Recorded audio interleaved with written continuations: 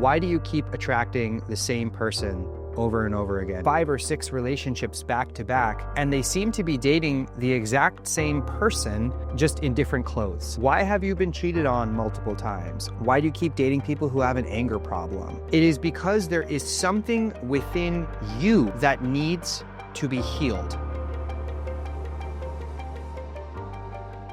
Welcome back, everyone, to Nobody Listens to Kevin, a podcast where I tell you the truth about life and relationships that you will not hear anywhere else. Today's episode is one of my favorite topics, something that I could talk about forever, so I'm going to have to do the opposite and keep this short. And the topic is, why do you keep attracting the same person over and over again into your life? We could really extrapolate this topic out of just the dating sphere and talk about, in general, why do patterns keep occurring in your life?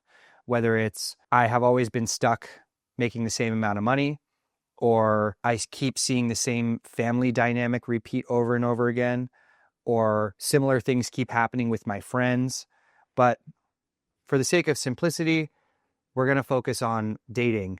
And I don't know if you've ever noticed, but sometimes you'll see a friend or a family member, they'll go through like 5 or 6 relationships back to back, and they seem to be dating the exact same person, just in different clothes. And if this has ever happened to you, like, why have you been cheated on multiple times? Or why do you keep dating people who have an anger problem? Or whatever the pattern may be, this is a very, very frustrating thing, especially when we become conscious of it. When we become conscious of this behavior and we're like, okay, next time I'm going to do this differently, right? And then we end up in the same pattern, it can be extremely upsetting and frustrating. Shameless plug, I have a great episode on subconscious self-sabotage, which if you haven't listened to already, please search for that episode because it's very closely related to this episode. But essentially the question is, when these patterns are recurring, why do you keep sabotaging yourself? Why does the same thing keep happening in your life? We're going to start off with a phrase that I tell all my clients that I want you to memorize. And that phrase is, the sickness in me is what attracts me to the sickness in you. What does that mean? That means that if you keep dating the wrong people for you, or if you're noticing patterns in the people who come into your life that you don't like, it is because there is something within you that needs to be healed. There is something within you that still needs to be worked out. And the person who keeps coming into your life and keeps messing things up is a reflection.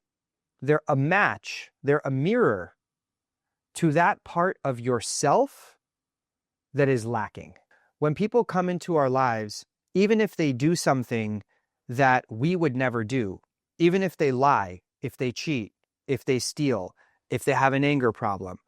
When somebody comes into your life and they mistreat you, the first time that it happens, you can say that it's a mistake or a fluke. The second time that it happens, it's a choice. And the third time that it happens, it's a pattern. And if there's a pattern of that happening, it is because there is something in your consciousness, there is something in your energy, there is something from your trauma or your childhood that hasn't been worked out yet that is now playing out in your adult relationships or your friendships.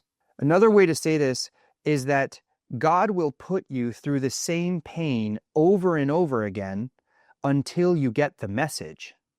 You will see the same patterns play out until you realize that it's not about what the other person is doing and why this pattern keeps repeating itself externally. It's about the fact that God is trying to send you a message about something that you need to change within yourself.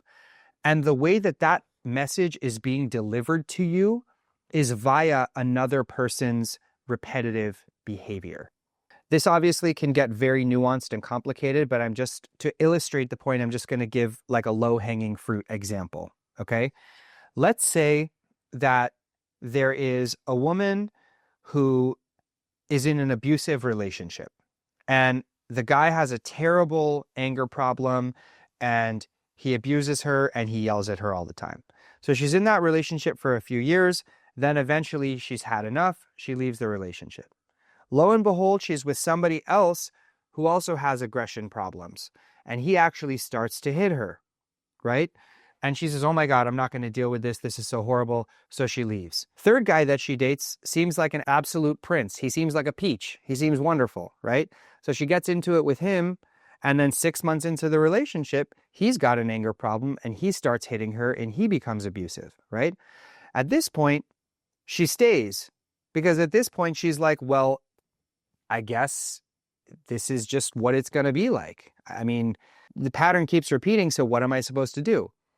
What's happening in that case is that either she saw abuse when she was a child, so that's familiar to her, or she has very low self-respect or very low self-esteem, or she believes that abusive and aggressive behavior is acceptable, or somebody traumatized her in a previous relationship and she never worked past that trauma. Any number of permutations, but the point is that there's something internal. She keeps being put through pain so that she learns that she should never be in this type of situation and this type of behavior is unacceptable.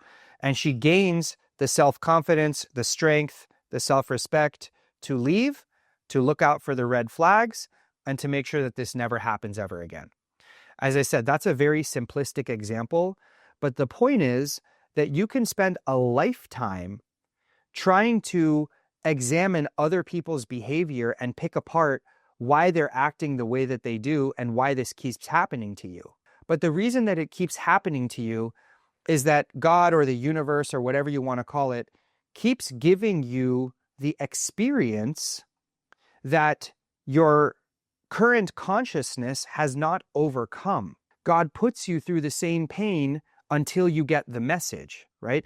Until your consciousness elevates to a higher level where you have overcome whatever the traumas are or whatever the internal issues are that keep you in these really negative situations, you're going to be met with the same challenge over and over again.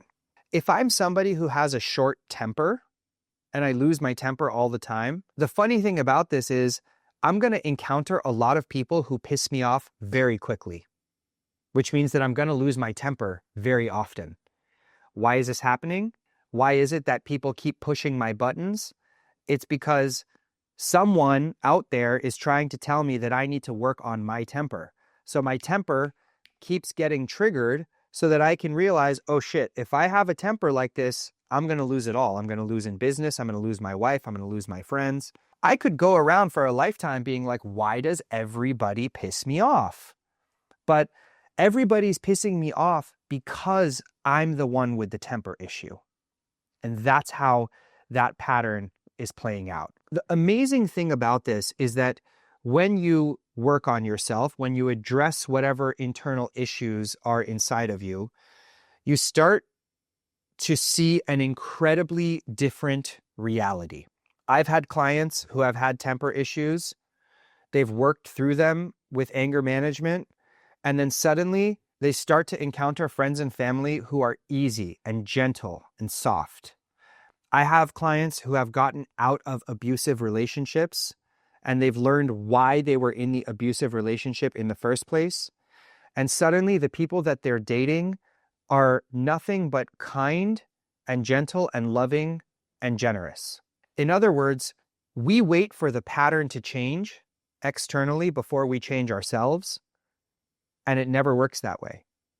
When we change ourselves, when we realize that this pattern is playing out because of something in me, and I need to elevate my own consciousness, my own self-awareness, then the pattern reflects the change that we have created internally.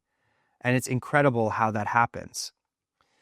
The quality of people that come into your life and the quality of the experiences that occur in your life will be a reflection of the quality of your standards for yourself.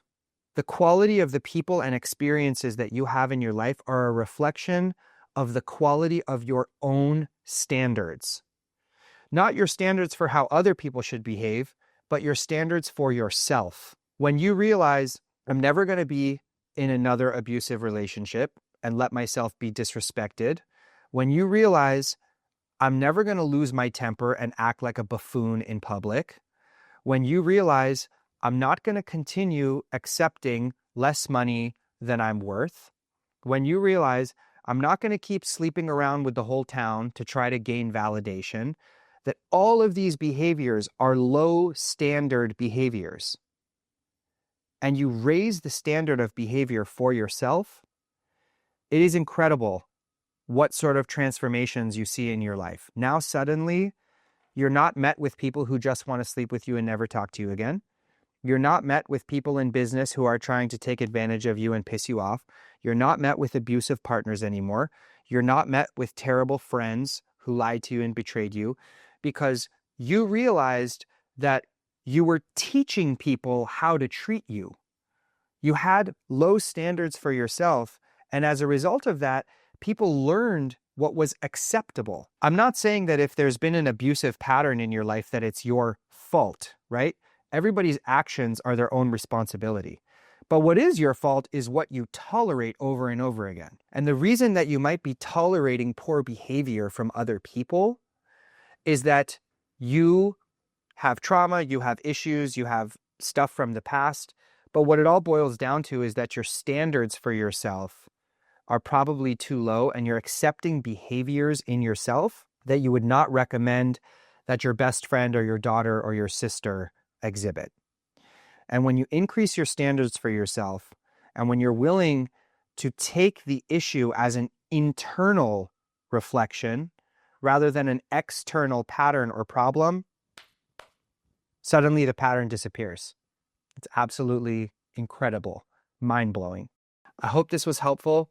If you know somebody who keeps dating the same person over and over again, they keep repeating the same pattern over and over again, please send them this episode. And if you have any questions, reach out to me anytime.